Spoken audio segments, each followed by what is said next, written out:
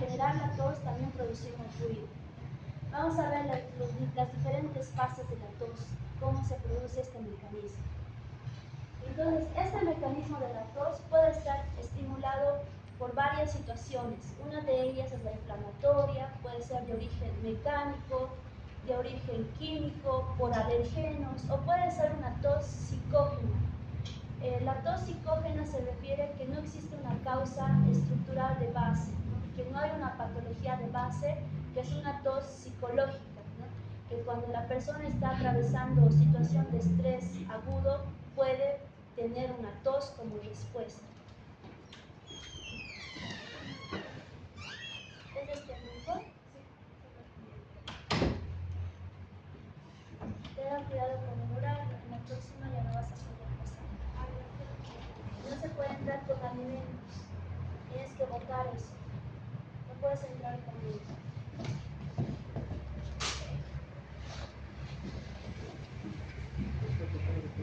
Entonces, vamos a hacer un recuerdo de la anatomía y de la fisiología de la tos. Entonces, su principal función es mantener la permeabilidad y la movilización de secreciones. Es un barrido en respuesta a sustancias nocivas en el tracto respiratorio. Es una función complementaria al epitelio cilíndrico ciliar, productor de moco. Esta función respiratoria puede salvar a la persona de situaciones o eventos que puedan condicionar la muerte, ¿no? Como procesos de obstrucción a nivel de la tráquea, a nivel de la laringe o a nivel de los bronquios. Las sustancias o agentes que estimulan la producción de tos pueden ser múltiples. Ahí menciono algunas. Puede ser secundario a sustancias irritantes, productos químicos o el calor extremo, frío extremo también puede desencadenar la tos.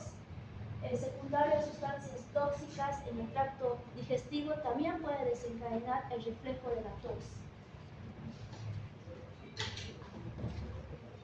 Este reflejo está regulado por estos 5 parámetros, ¿no? El primero es los receptores sensoriales, ¿no? Se refiere a los distintos receptores que van a estar estimulados y van a desencadenar respuestas, ¿no? Estos receptores se van a encontrar en múltiples áreas, tanto área respiratoria, área digestiva, en los senos paranasales, en el oído externo. Vías aferentes, ¿no? Son las señales que van a salir del receptor y lo van a llevar ¿hasta dónde? Hasta el sistema nervioso central, al centro de la tos. Centro regulador, que vendría a ser el centro de la tos, que se encuentra en la médula oblonga. ¿Alguien sabe cuál es el otro nombre de la médula oblonga? Es el bulbo raquídeo. Vías eferentes. Significa que una vez estimulado este centro de la tos, va a enviar señales, ¿no? A los distintos órganos para que tenga ese reflejo de la tos, ¿no?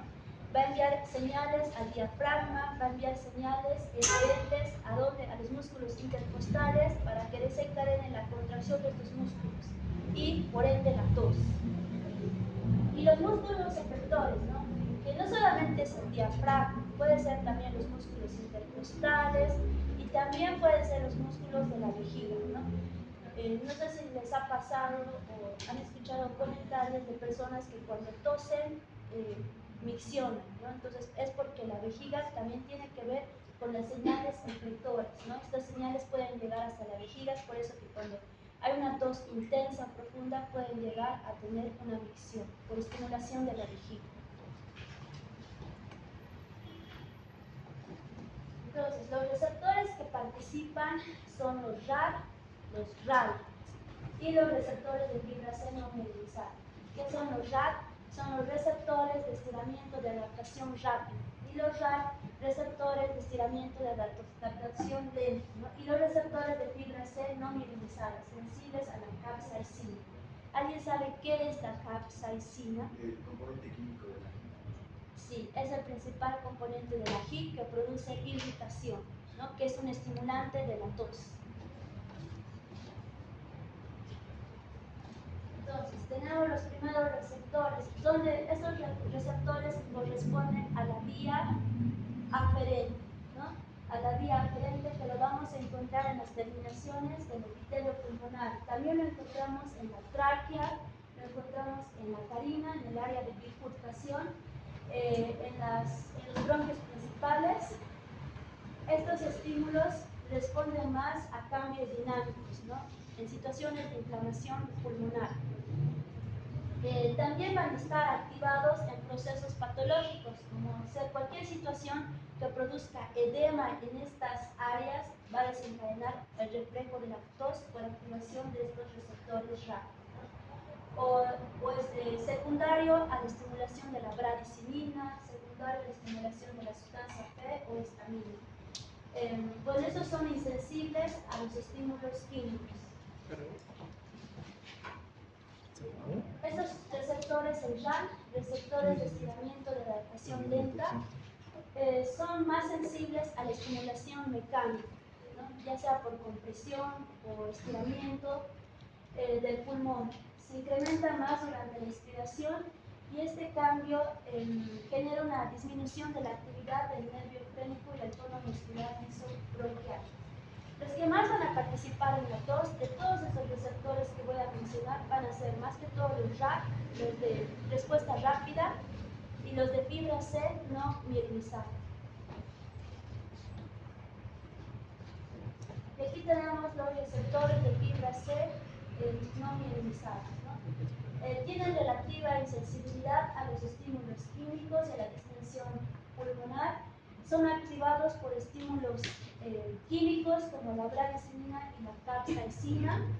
Se dividen en bronquiales y pulmonares, ¿no? Los bronquiales son los que responden a la histamina y los pulmonares son los que no presentan esta respuesta a la histamina. También pueden subdividirse en mecánicos y químicos. Son activados también por la bradicimina y incrementan la actividad parasimpática.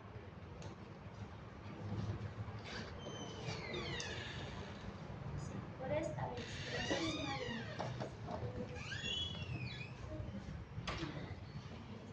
y también hablamos de otro receptor muy particular que es el receptor vaginoide, ¿no? Que tiene una nomenclatura que es el BR1. Este receptor es exclusivamente activado por la capsaicina, ¿no? Esta actividad de los receptores laringeos están influenciados por los estados de alerta y esta activación de los receptores vaginoides van a disminuir durante los periodos de sueño o cuando un paciente está anestesiado. Bueno, aquí tenemos un esquema, ¿no?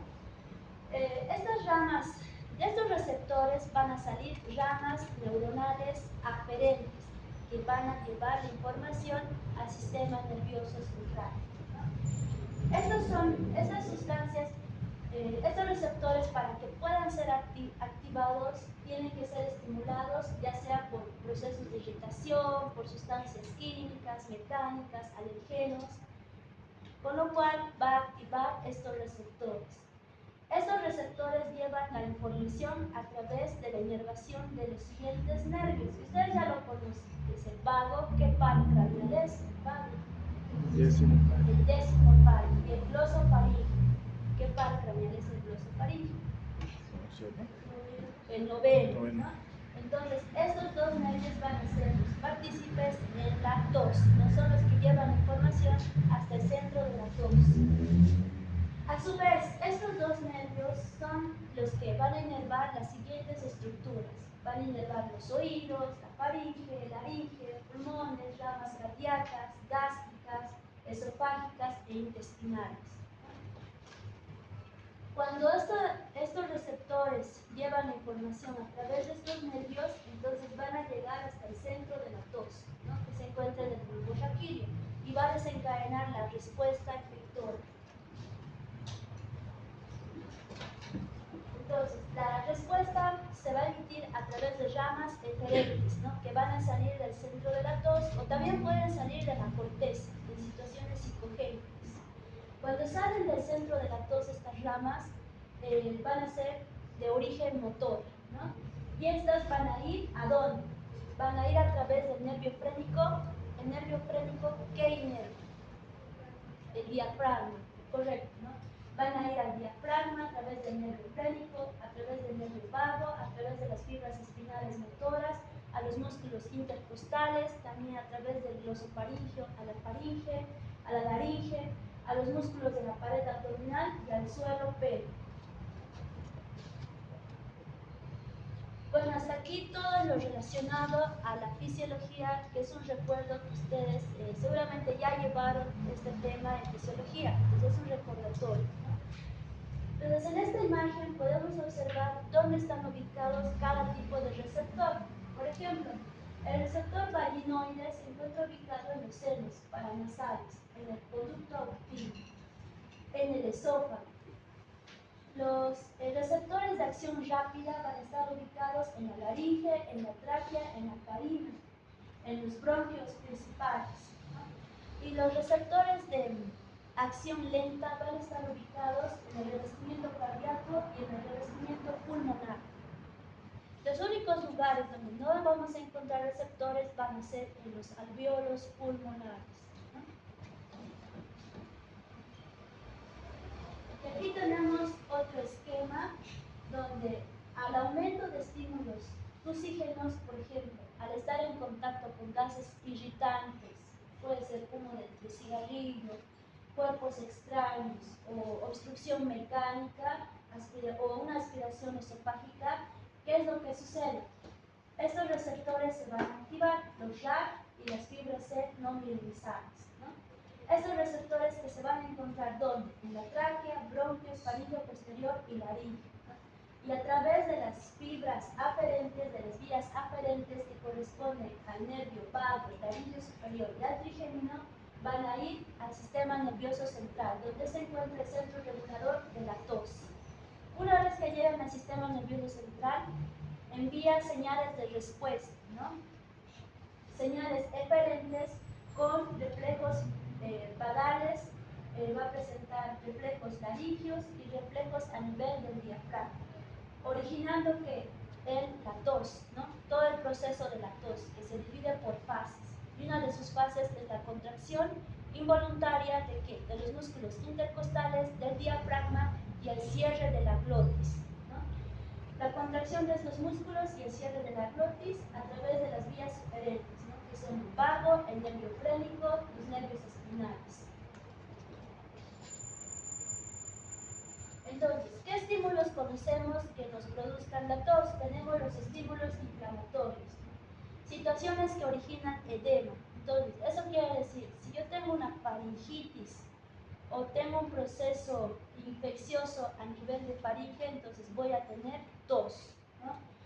Irritación o exudados en la superficie de la mucosa, tanto a nivel de faringe, puede ser una laringitis, o una traqueitis, una bronquitis, van a generar tos. Irritación de las terminaciones nerviosas o contracción del tejido cicatrizado por estímulos mecánicos, ¿no? Inhalación de partículas, ¿no? ¿No les ha pasado de que inhalan humo de tabaco y tienen ese reflejo de la tos, o inhalan sustancias muy fuertes, por ejemplo, ají que sea muy picante, igual les genera tos? Es por ese mecanismo, ¿no? O compresión de las vías aéreas, ¿no? Esto se refiere ya sea a la compresión superficial o compresión intrínseca, ¿no? Ya sea por otras neoplasias o tumores. Las compresiones pueden ser intramurales y extramurales. Intramurales se refiere cuando comprimen la luz. La vía puede ser la vía de los bronquios, la tráquea, comprimen la luz endoluminal. Y extramural significa que la compresión es de afuera hacia adentro, ¿no? Puede ser secundario a aneurisma, a granulomas, a neoplasias pulmonares, a tumores de mediastino. Estímulos químicos, ¿no? Inhalación de gases irritantes o productos químicos como el cloro, humo de cigarrillo, estímulos térmicos, estar en un ambiente muy caliente o muy frío también desencadena la tos. Estímulos psicogénicos, ¿no? Lo que les hablaba, que no existe alguna patología, sino está más que todo en la percepción de la persona ante situaciones de estrés, puede desencadenar el reflejo de la tos. Entonces, una tos espontánea va a estar producida ya sea por estímulos físicos, mecánicos o químicos, ¿no? Eso desencadena la estimulación de las terminaciones sensitivas, predominantemente de los receptores de acción rápida y de los de fibra C no mielinizada. Cuando una persona tiene tos crónica, el receptor que más se activa va a ser el receptor vaginoide, ¿no? O el receptor BR1.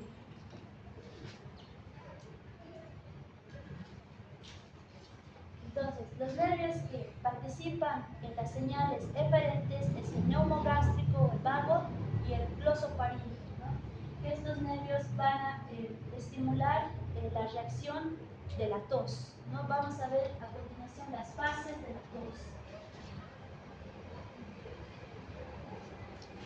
Tenemos la primera fase, que es la fase inspiratoria, ¿no? Hay una inspiración profunda. En esta inspiración profunda, la glotis está en un inicio abierto, ¿no? Para que ingrese la mayor cantidad de aire, y existe contracción de los músculos torácicos, músculos intercostales y la contracción del diafragma. ¿Con qué objetivo? De incrementar la dimensión de la caja torácica, ¿no?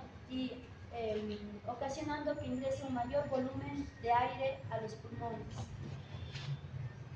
La segunda fase es la fase compresiva.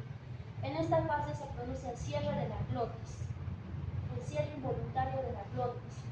Existe una contracción violenta de estos músculos, del diafragma y de los músculos intercostales.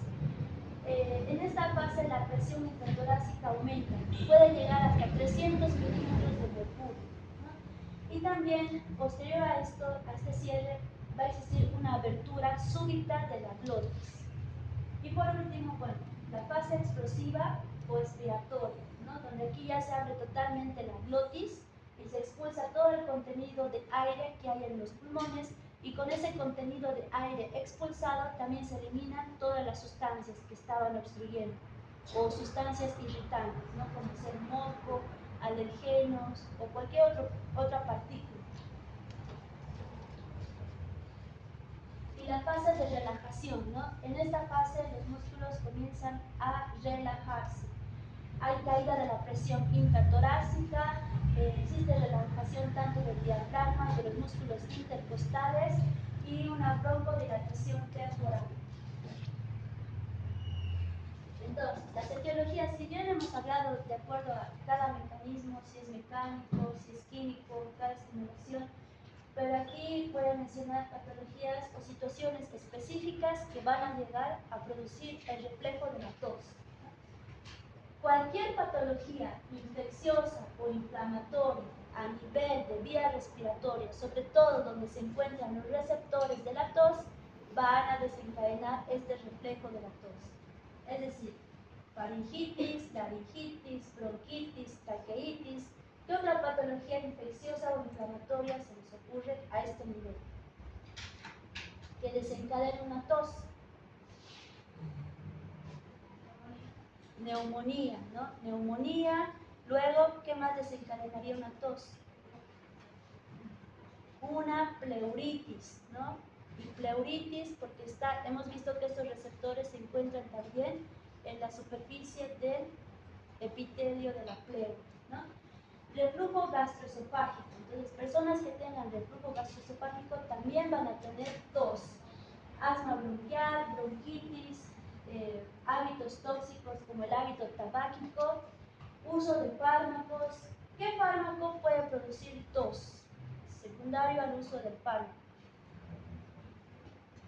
A ver, por 2 puntos para aquellos que vinieron leyendo el tema.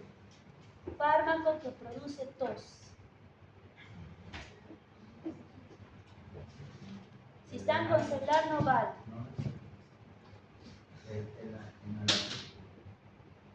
¿Enalapril?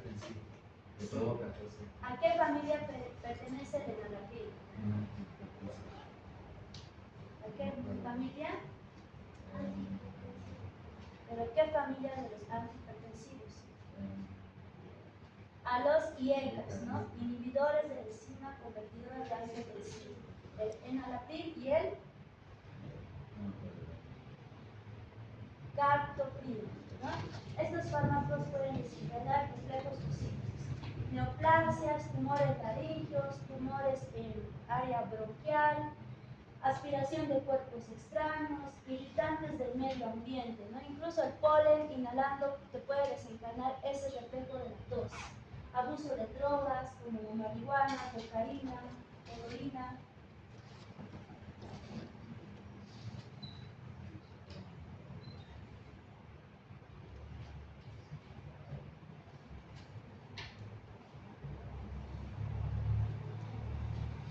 Situaciones emocionales también pueden desencadenar la tos, ¿no? De forma voluntaria.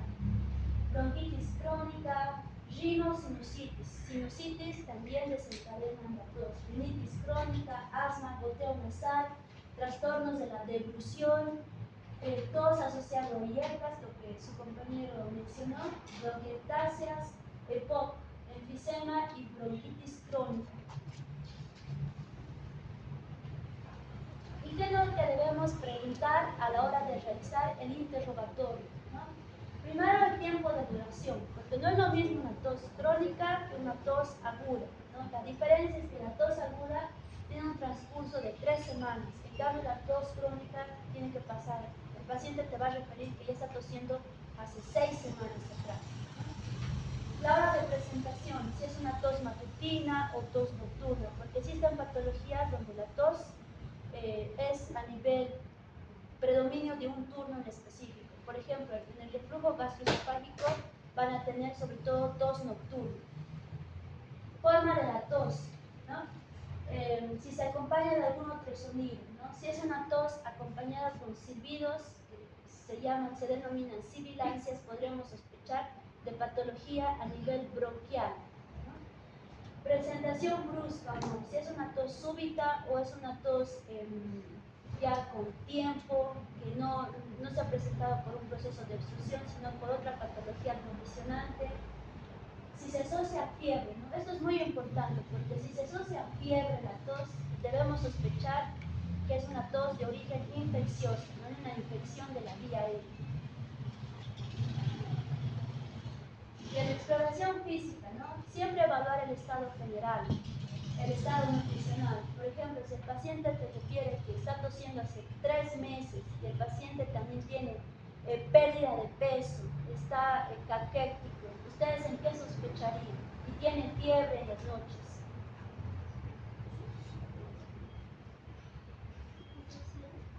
Pensarían en una tuberculosis, ¿no? O en una neoplasia, por el periodo prolongado y por la pérdida de peso, por la diaforesis y la fiebre. También debemos evaluar la nariz, si no tiene presencia de secreciones a nivel nasal, o si no tiene congestión nasal, o si presenta dolor o compresión a nivel de los senos paranasales. El oído externo, si no tiene una otitis externa, nasofaringe, si la faringe está congestiva, está hiperémica, el tórax, ¿no? Auscultar siempre, realizar inspección, palpación, auscultación y percusión. Extremidades de los dedos, acropaquia. ¿Qué será la acropaquia? ¿Qué es la acropaquia?